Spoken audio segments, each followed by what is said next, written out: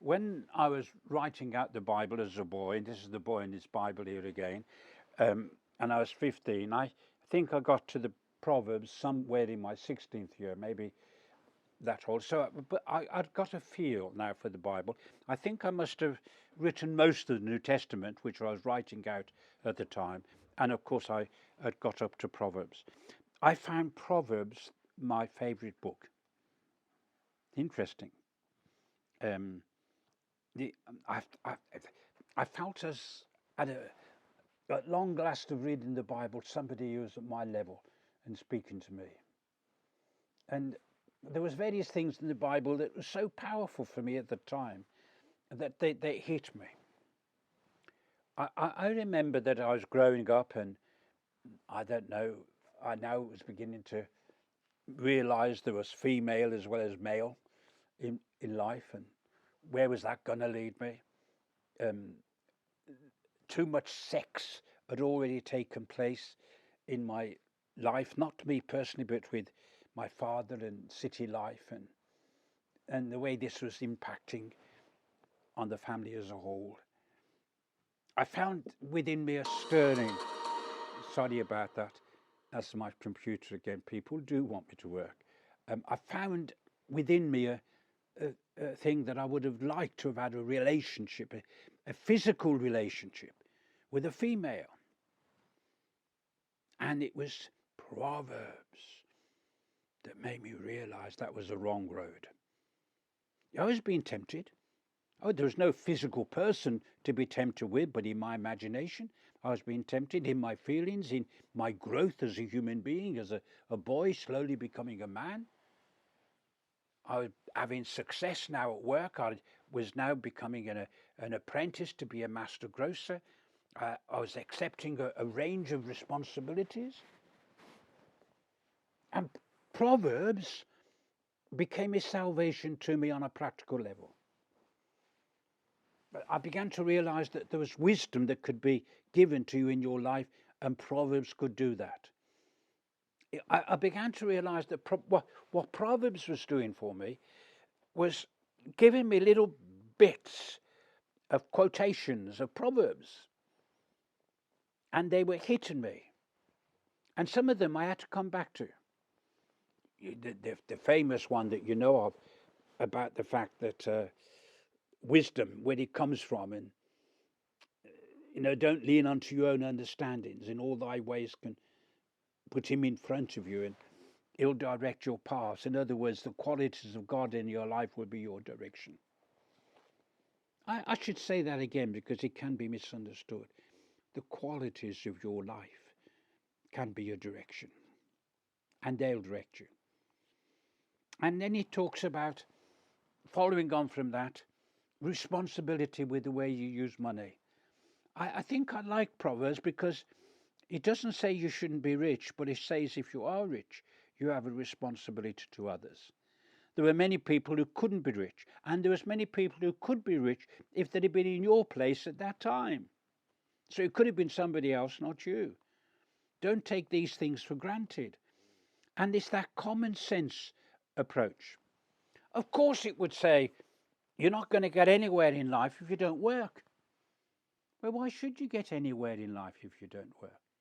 Of course, some people have inherited, and if they've inherited foolishness with it, all their inheritance will not be a help to them. They've got to have wisdom, and that wisdom song comes all the way through. And so I found by reading these different proverbs from different people, from different periods of life, they had an impact on me. There was a time that I came up with a Good News Bible, and I wanted to read the Good News Bible. I loved the little illustrations that was put in by a Swiss artist who actually stayed with us at one time. She was delightful. Maybe I'll tell you a story about her on some other occasion.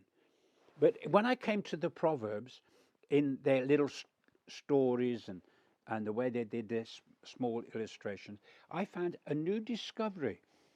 I discovered that 30 of the Proverbs that we have were not Jewish.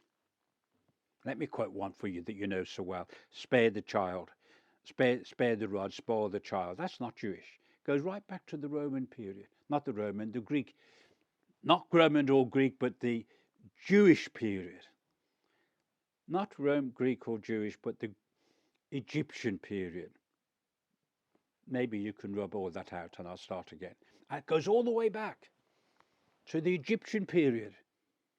And the Egyptian period, 1,000 years before the Proverbs were put together, they had their 30 wise sayings. And a reflection of those 30 wise sayings are the 30 wise sayings so we had something that went all the way back to the days. Now it could have been that Solomon, marrying one of the wives, collected some of their proverbs. It could have been that some of the proverbs of Egypt carried around with the Jewish people when they came out of Egypt in the days of Moses. In other words, they are pre-Moses, but they go back a long way. And what a powerful thing they were. One of the things I used to do as a boy, I used to enjoy. I'd written out the Bible now, so I must have been 18, 19. But I found a great enjoyment in studying words and quotations. I found I loved books on quotations. So I found a couple of second-hand books and marked all the quotations, the A to Z quotations that came through that I particularly liked. Again, they were like quotations are like Proverbs. This is a summary of a person's thought on this particular subject, and he has condensed it down into a few words. And then, of course, when you read Proverbs, you then come at the end of Proverbs to the ideal woman. Now, that's changed my thinking. That changed my thinking. I don't know where it came from, but slowly I didn't want a female for sex. I'm talking as a boy coming into his 20s. In other words, my thinking of what a future life should be was built around the perfect woman that you find at the end of Proverbs. An encouraging saying to a young man who's hot in his blood, and temptation may be at the strongest in a young person's life. And I found that in my first wife and in my second wife, that I have been so blessed. Yesterday I had a friend, a doctor friend, who wanted to get me out. We went and got fish and chips for in one of the local English pubs. If you ever come to England, always have a fish and chip meal at least once while you're here. And we were being served by a young lady married with 3 children, working there. And humorously, she said she preferred to be at work away from her children because all they do is give her a headache. She didn't mean that, she was being humorous. And I was able to say to her, I've got 5 children, I've got 16 grandchildren, 1 great-grandchild. And I've got 4 children of my first marriage, 1 child of my second marriage. And it gave me great joy to tell her how I felt God has blessed me with 2 women in my life, my first and my second wife. And what were they like? Well, anybody who knows my wife today will tell you she's like the woman found at the end of your book of Proverbs. Now, when you read the Proverbs, and you'll see various things, you'll see a lot of contrasts that are there for you. And please accept those contrasts. They're there for you. Are you going to be a worker or lazy? Are you going to be wise or stupid? Are you going to be rebellious or honor your father and mother?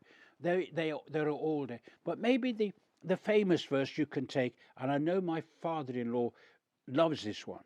So although you talk about faith and love and wisdom in the world, and note it's wisdom in the world, and though it talks about work and wealth and about subjection to authority, although it talks about how you speak and talks about friendship that's there, and how in the home there's wisdom both in marriage and with parents and children.